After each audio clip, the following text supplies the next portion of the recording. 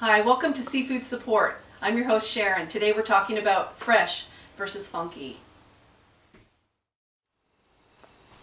Today we're talking about fresh versus funky. I think a lot of people are intimidated by buying seafood because they're worried if it's going to be a good investment. They're worried they might buy it and get it home and it's not fresh.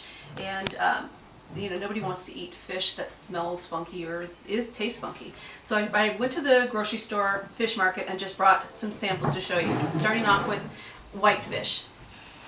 To be honest, neither of these are too terribly fresh, but this one here, the Dover sole, is the fresher of the two. I've got Dover sole here and Pacific rockfish here. Right now I can tell you this is smelling up the place. It's obviously not a quality fish. It's had its day, and today is not that day. So this fish right here, what you want to look for in any kind of fish, but particularly whitefish, you want to see that it is light in color. This fat line right here should be light, almost pink. This one's a little bit brown. This one is very brown. You want to look for texture that is moist. This one, like I said, it's falling apart. It's not that fresh, but it's fresher than this one. So of the two examples, this one's a bit fresher. This right here, the texture's a bit sticky and dry. It's not at all a fresh fish. It's perfectly acceptable to say, can I smell that? Can I touch that? And if they won't let you smell it, then you got to kind of wonder where you're purchasing your seafood from. Okay, so that's the whitefish example. And then next I have two salmon examples. These are both sockeye salmon. This one is the fresh one.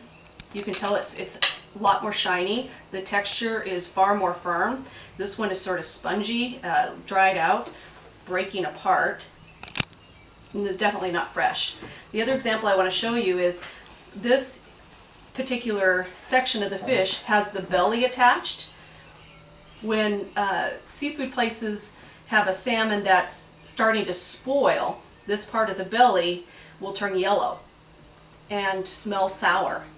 The fact that on this fish it's been removed tells me that they've been sitting on this fish for a long time. It's been laying around.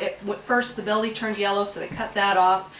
Now they're still trying to sell it. You want to look for something rich in color with a good texture, and if you look at it on the other side, see how the scales are nice and bright. They're not dingy, they're bright and again shiny. As far as scallops go, any shellfish really, you want to look for light colors. So when I went to buy these scallops, mixed within the scallops, there were some older and some fresher. Here's a prime example. This one right here is sort of yellow next to this one, and it's sticky. They're physically sticky. They should never be sticky. They should feel moist and slick, not gummy. So that's kind of gross. So anyway, look for scallops that are moist. They aren't cracked. They aren't flaking apart or dry. And again, the lighter the color, the fresher the scallop. Same goes with shrimp. We've got some prawns here.